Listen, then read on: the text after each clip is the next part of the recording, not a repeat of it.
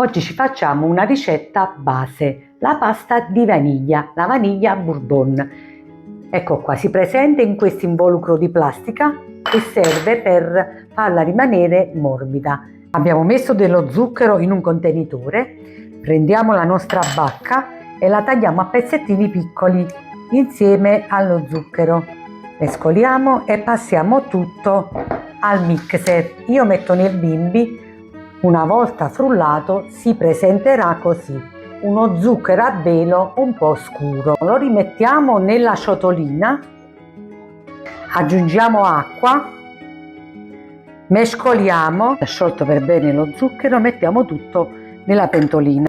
Ha preso il bollore, adesso si presenta liquida, ma non appena raffredderà diventerà molto densa. La nostra pasta di vaniglia. Che ci è voluto? Presto fatto!